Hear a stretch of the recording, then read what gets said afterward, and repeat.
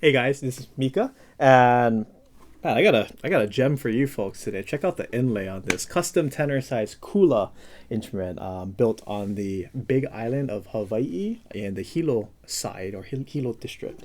Um, Beautiful. I mean, look at just again. I'll just start off with the inlay. Look at the inlay. It's like a fisherman.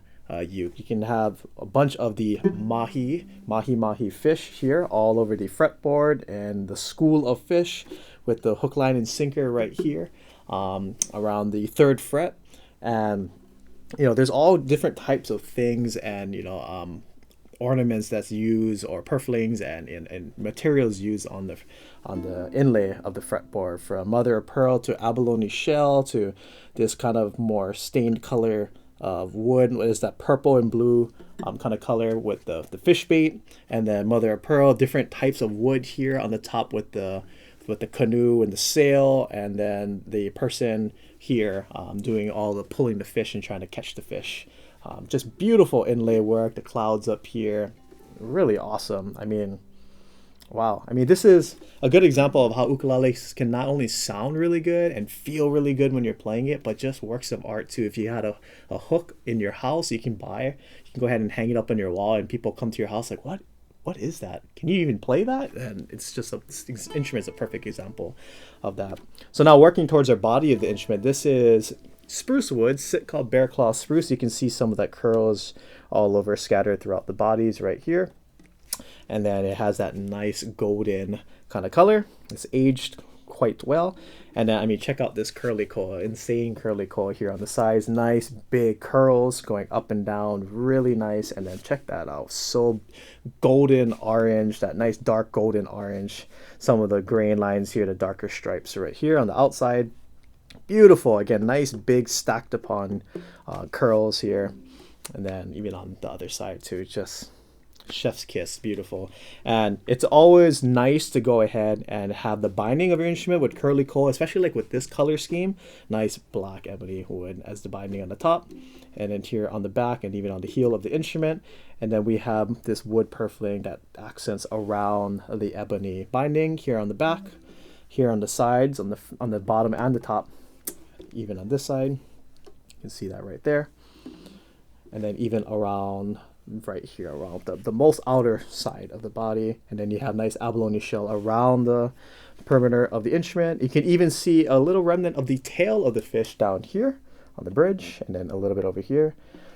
Nice ebony bridge, ebony fretboard, ebony faceplate, nice big powell abalone shell around the rosette.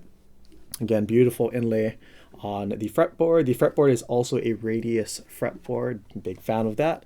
And again, just a beautiful headstock, the ebony background, and then with the picture of the man pulling up the fish or trying to capture the fish.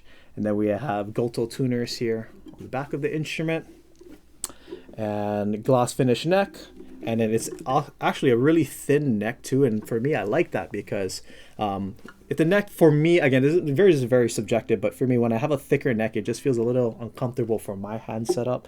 So I like that this is a thinner neck. So for those of you who prefer that kind of thinner kind of orientation of the neck, makes it feel really nice when you're holding like bar chords, because I can go ahead and get a closer pinch kind of action right here. My thumb is closer to my pointer when I'm making a pinch point with my bar chords or just holding chords in general. My thumb is closer to my fingers versus if you have a thicker neck, you might have your thumb placement over here, in which that can make a difference in how you're holding every single chord on your instrument. So this instrument feels really nice to hold and to go ahead and transition from chord to chord, no matter how complex the chords might be getting. It's just really nice overall. So playability is amazing, and I'm real picky with the playability of my instrument, so this feels really nice. Now, in terms of the sound, man, this thing is a cannon. This thing is loud. It completely fills this whole entire room up. It's really quite amazing. I love how punchy but sweet. It's real. Listen to that vibrato. Wow.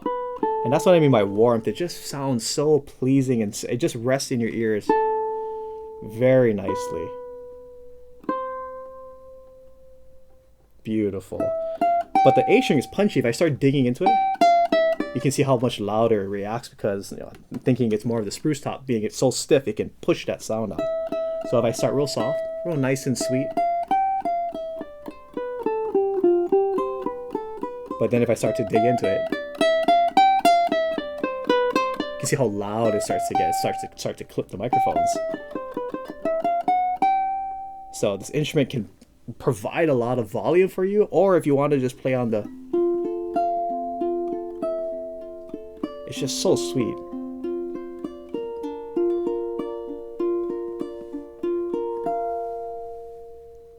Again, just it rests in my ears. It's so nice and pleasing to my ears. And I don't have to play hard to get a lot of good tone out of it.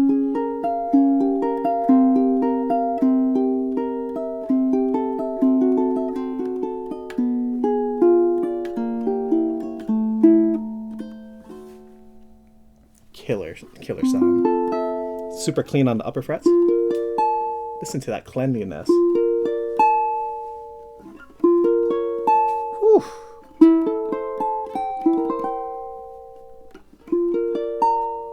Check that out.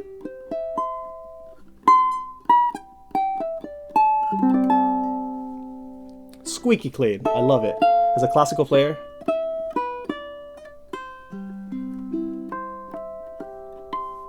this harmonic's super crispy. Love it.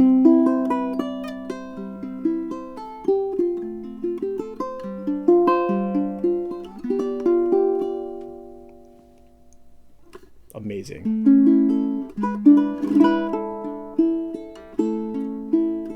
Alright, here you go. Here's a sound sample for you folks.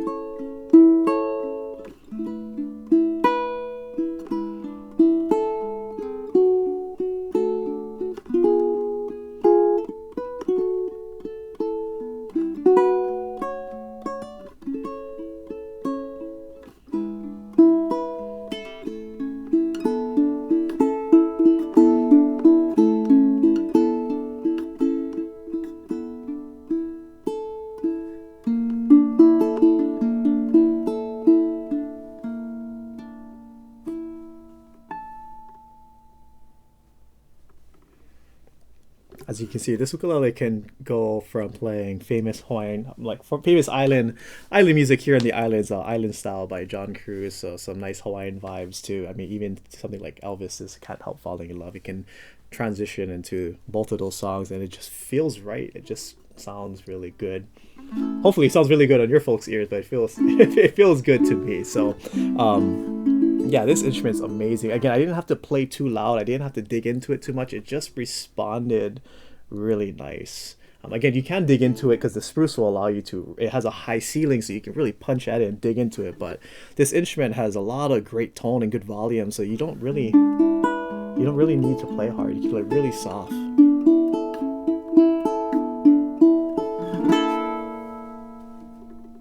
It just responds so nicely. So this one, it sounds like strumming.